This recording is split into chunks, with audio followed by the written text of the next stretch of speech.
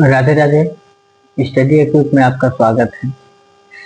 जैसा कि मैंने पिछले वीडियो में बताया था कि हम छोटे छोटे हेडिंग्स को एक पूरे वीडियो में कवर करने की कोशिश करेंगे, पर मुझे ऐसा लगा कि अब पूरी चीज़ों को समझना है। हमें उस चीज़ को सिर्फ रट्टा तो मारना नहीं है, जिसकी वजह से वो एक वीडियो में बन नहीं सकता, ये पॉसिबल है नहीं।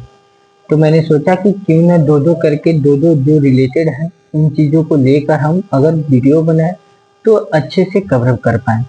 ठीक है, तो हमने आज बात करनी है डिस्प्लेसमेंट यानी विस्थापन और दूरी को। विस्थापन को इंग्लिश में कहते हैं डिस्प्लेसमेंट प्लेसमेंट और दूरी को कहते हैं डिस्टेंस।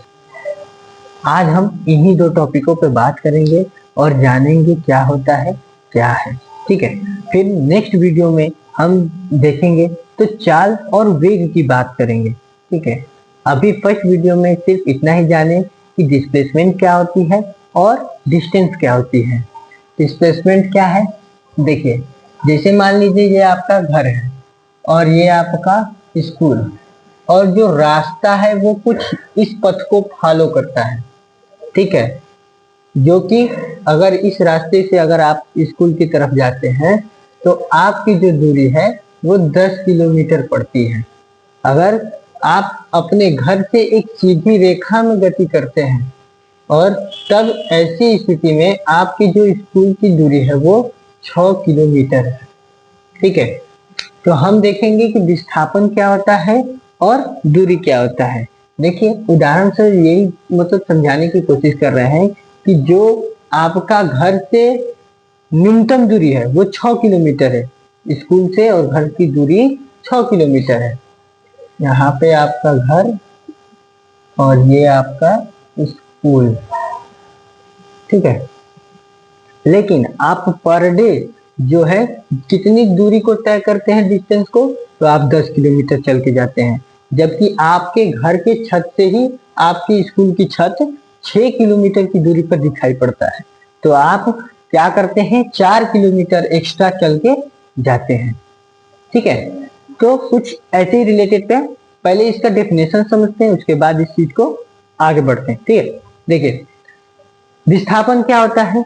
विस्थापन वह दूरी या वह गतिमान वस्तु के द्वारा चली गई प्रारंभिक स्थिति से अंतिम स्थिति की बीच की न्यूनतम दूरी को ही विस्थापन कहते हैं। जैसे ये प्रारंभिक स्थिति है, पर डे लड़का जो है घर से स्कूल की तरफ जाता है, तो पहली स्थिति क्या हो गई आपकी, तो घर हुआ। यानी पहली स्थिति यानी प्रारंभिक स्थिति से अंतिम स्थिति, यानी आपका जो स्कूल है, आप स्कूल पहुंचने के बाद अब वहीं पे रुकते हैं, आप कहीं जाते नहीं है, यह आपकी अंतिम स्थिति होती है। और फिर क्या करते हैं कि जब छुट्टी होती है तो अंतिम स्थिति से फिर आप प्रारंभिक स्थिति पर चले जाते हैं। ठीक है, यानी आपकी अंतिम स्थिति आपकी स्कूल होती है और प्रारंभिक स्थिति आपका घर होता है।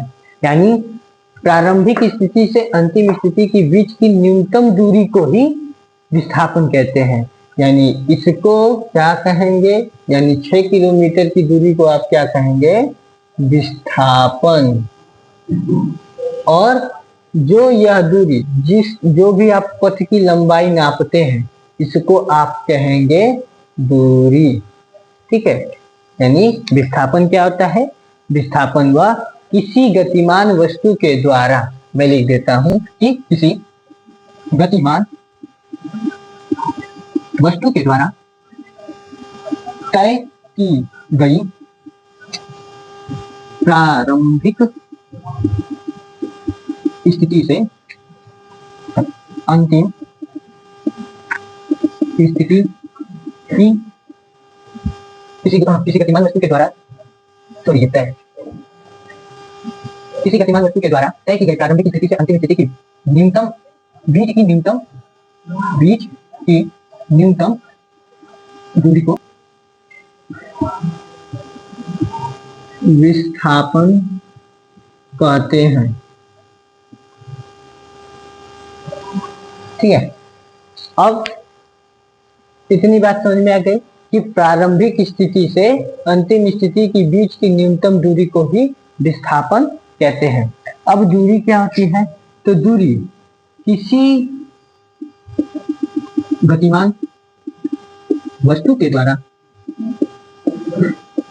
तय की गई पथ की लंबाई को दूरी कहते हैं।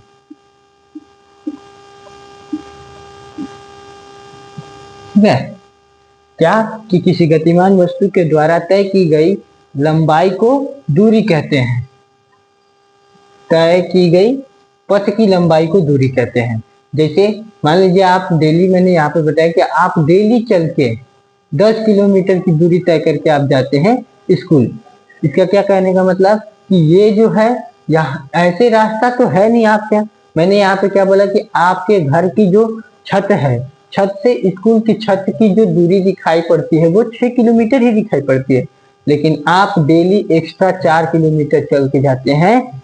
क्यों? क्योंकि जो आपके घर का जो गली है या पथ है, जो पथ लंबाई है वो कुछ इस तरह से बनी हुई है, आप इसी को ही तय करके जाएंगे। ठीक है, आप समझ सकते हैं कि आप जब भी घर से निकलते हैं तो आप गलियों के द्वारा, सड़कों के द्वारा चलना प्रारंभ करते हैं।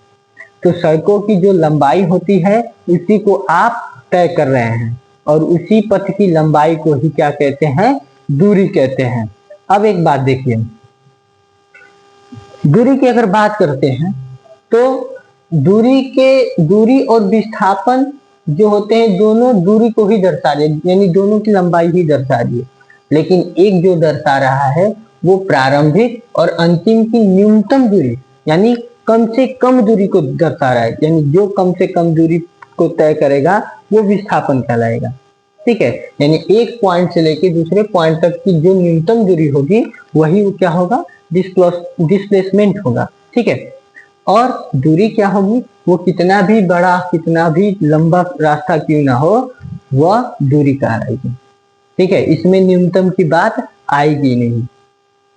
ठीक, तो चलिए कुछ इसमें डिफरेंस भी जान लेते हैं, क्योंकि डिफरेंस इसमें हर साल आपसे डिफरेंस ही पूछता है आपके 9th के पेपर में। और ये जानना भी आवश्यक है कि ये जो दूरी और डिस्प्लेसमेंट है यानी विस्थापन है, ये क्या क्या अपने एक दूसरे में अंतर रखते हैं। आइए देखते हैं कि अगर आपसे कोई पूछता है कि आप घर से स्कूल की दूरी तय किए हैं और इसका डिस्प्लेसमेंट क्या होगा, इसका विस्थापन क्या होगा, तो आप डेफिनेशन के हिसाब से भी बता सकते हैं कि जो प्रथम है, जो प्रारंभिक स्थिति है और जो अंतिम स्थिति के बीच की न्यूनतम दूरी है वो क्या है? विस्थापन है। तो विस्थापन जो है वो कितना किलोमीटर हुआ? वो 6 किलोमीटर हुआ। ठीक है, अगर आपकी दूरी जब पूछता है तो आप बताते हो 10 किलोमीटर, यानी आपकी पथ की लंबाई 10 किलोमीटर हुई। ठीक, दूसरी चीज इसमें ये देखिए कि इसमें न्यूनतम की बात हो रही है, इसमें न्यूनतम की बात नहीं हो रही है। आपकी जितनी भी है वो आप उतना बताओगे। 10 किलोमीटर है तो 10 किलोमीटर बताओगे, न कि 6 किलोमीटर। ठीक है, दूसरी चीज ये देखिए कि जो विस्थापन है, विस्थापन ये क्या करता है कि अगर आप घर से स्कूल की तरफ जाते हैं 6 किलोमीटर तय करके, अगर फिर वापस स्कूल से घर की तरफ आ जाते हैं, यानी आपकी प्रारंभिक स्थिति जो थी घर थी और अंतिम स्थिति स्कूल थी, अगर फिर से आपकी अंतिम स्थिति को बदल के आप अगर प्रारंभिक स्थिति पर आ जाते हैं तो ऐसे में आपका विस्थापन क्या हो जाएगा? विस्थापन 0 हो जाएगा। यानी आप जहां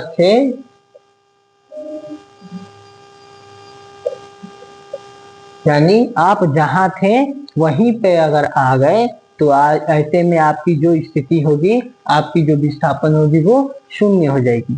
लेकिन इसमें एक और चीज है कि दूरी पर क्या इफेक्ट पड़ेगा। तो दूरी पर आपका इफेक्ट पड़ेगा कि अगर आपने घर से स्कूल की दूरी को आपने 10 किलोमीटर की दूरी तय की है और फिर स्कूल से घर की तरफ आते हैं तो फिर आप क्या करते हैं? 10 किलोमीटर चल के आते हैं। यानी 10 किलोमीटर गए और 10 किलोमीटर आए तो आपकी जो दूरी होगी वो टोटल 20 किलोमीटर हो जाएगी। यानी दूरी हमेशा बढ़ेगा, दूरी हमेशा बढ़ेगा। यानी इससे आप क्या समझ सकते हैं कि विस्थापन जो होते हैं वो शून्य भी हो सकता है, ऋणात्मक भी हो सकता है और धनात्मक भी हो सकता है। ठीक है। दूसरी चीज, दूरी दूरी हमेशा धनात्मक होती है और ये कभी शून्य नहीं हो सकती।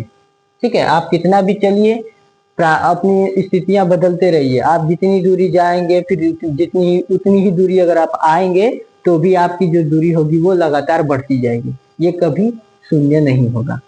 बाकी विस्थापन में आपकी स्थिति बदल दीजिए, आप जहां थे फिर वहीं पे आ गए तो वो स्थिति में आपके जो विस्थापन होंगे वो शून्य हो जाएगी। ठीक है। तो आइए अलग से हम अंतर जान लेते हैं। जितना मैंने पॉइंट बताया उन्हीं पॉइंट को हम नोट करेंगे। अभी फिलहाल में जिनको भी डेफिनेशंस लिखने हैं मैं साइड में हो रहा हूं, आप स्क्रीनशॉट ले सकते हैं। चलिए अब देख लेते हैं हम अंतर। ठीक है। अब तक मैंने जो भी बताया वही अंतर को मैं लिखूंगा। ठीक है। अब तक मैंने जो भी बताया वही चीजें लिखना है। ठीक है। जैसे मैंने अभी बताया था कि दूरी दूरी जो है हमेशा पथ की लंबाई को बताते हैं, तो हम सिर्फ लिखते हैं तो अंतर में पहला जो अंतर होगा वो पथ की लंबाई को दूरी कहते हैं। ठीक है। इसमें इसमें क्या बताता है कि प्रारंभिक और अंतिम प्रारंभिक और अंतिम स्थिति के बीच की न्यूनतम दूरी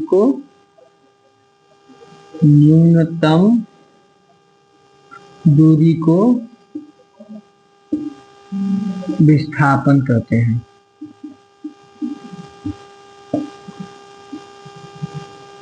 मतलब इसमें प्रारंभिक और अंतिम की जो न्यूनतम दूरी होगी वही विस्थापन होगा। यानी इसमें सिर्फ प्रारंभिक और अंतिम की न्यूनतम दूरी बताइए और इसमें जो पूरा पथ होगा यानी पथ की जो लंबाई होगी उसको बताता है।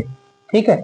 दूसरा पॉइंट, इसमें मैंने बताया था कि विस्थापन जो होता है वो शून्य हो सकता है, ऋणात्मक हो सकता है और धनात्मक धनात्मक धनात्मक एक रूप से देखें तो हर चीज धनात्मक ही होता है। वैसे कोई लिखता भी है, कई किताबों में लिखा भी जाता है, कई किताबों में नहीं भी लिखा जाता है। इसको हम ऐसे भी समझे कि ऐसी स्थिति में जैसे अगर धनात्मक कैसे होता होगा, तो ऐसी स्थिति में जैसे किसी चीज को अगर जैसे कोई वस्तु ले लीजिए। ठीक है। कोई वस्तु अगर उस चीज को उठा कर हमने कहीं दूसरी जगह फिक्स कर दिया, ठीक है, फिक्स कर दिया, अब उसको छेड़ना नहीं है, उसको कुछ भी नहीं करना है, तो उसके और दो मध्य के बीच में जो भी विस्थापन आएगा वो धनात्मक में आएगा, क्योंकि इसकी प्रारंभिक स्थिति और अंतिम स्थिति जो भी बन रही है वो अब फिर दोबारा अंतिम से प्रारंभिक की तरफ नहीं आएगा, आपने उसको फिक्स कर दिया।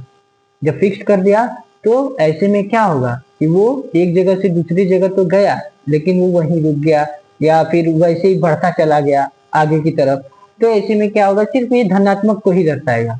विस्थापन हमेशा क्या रहेगी, बढ़ती जाएगी, बढ़ती जाएगी, घटेगी नहीं। ठीक है। और घटेगी कब, जब अंतिम से फिर प्रारंभिक स्थिति में आ जाए, यानी जहां से चला था फिर वहीं पे आ जाए, तब ऐसी स्थितियों में वो क्या करती है, अपने आप को घटा देती है। यानी ये क्या होता है, विस्थापन ऋणात्मक भी होता है, शून्य भी होता है और धनात्मक भी होता है। तो पहले स्टार्ट करते हैं धनात्मक कमा शून्य का तथा ऋणात्मक होता है। ठीक है। और ये दूरी हमेशा, अभी मैंने बताया कि आप घर से चले स्कूल की तरफ और स्कूल से फिर घर की तरफ आए तो आपकी जो आपकी जो दूरी होगी, डिस्टेंस होगी, वो दोगुनी आप चले होंगे। यानी 10 जाते हुए और 10 आते हुए, 10 और 10 20 हो गए। यानी दूरी हमेशा क्या होती है, दूरी हमेशा धनात्मक होता है।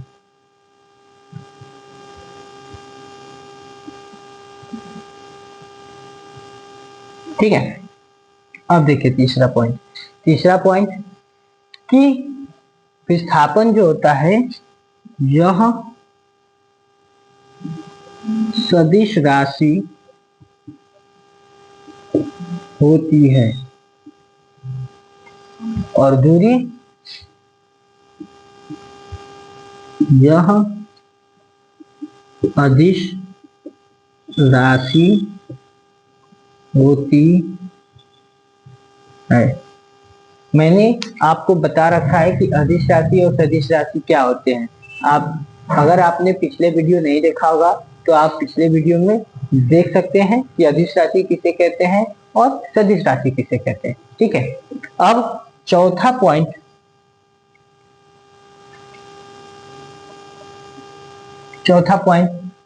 विस्थापन जो होता है, अगर आप यहाँ की बात करें तो विस्थापन जो है एक परिमाण भी बता रहा है जो कि ये 6 किलोमीटर है, और ये दिशा भी बता रहा है, दिशा कि आज जो आपने इधर की तरफ चलना है, जिस दिशा भी बता रहा है और परिमाण भी बता रहा है। तो इसमें क्या है, तब जाके ये सदिश राशि भी कहलाता है जिसमें परिमाण और दिशा दोनों हो।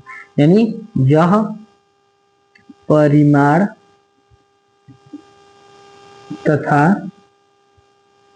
सॉरी इसमें लिखिए कि इनमें परिमाण तथा दिशा की आवश्यकता होती है, कि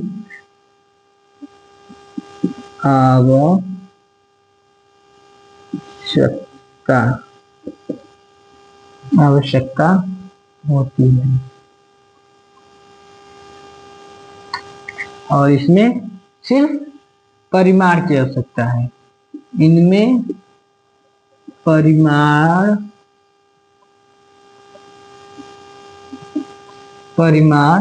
की आवश्यकता होती है। ठीक है, आपने 4 पॉइंट को देखा। ठीक है, आप 4 पॉइंट को जाने कि क्या होता है, क्या है विस्थापन, क्या है दूरी, क्या है विस्थापन और दूरी में अंतर क्या क्या थे। ठीक है, अब हम नेक्स्ट वीडियो में ये बात करेंगे कि वेग क्या होता है, चाल क्या होता है। ठीक है, ऐसे ही दो दो करके वीडियो बनाई जाएगी तो कोई भी दिक्कत ना हो, समझने में कोई दिक्कत या परेशानी ना आए। ठीक है, मिलते हैं नेक्स्ट वीडियो में, तब तक के लिए राधे राधे।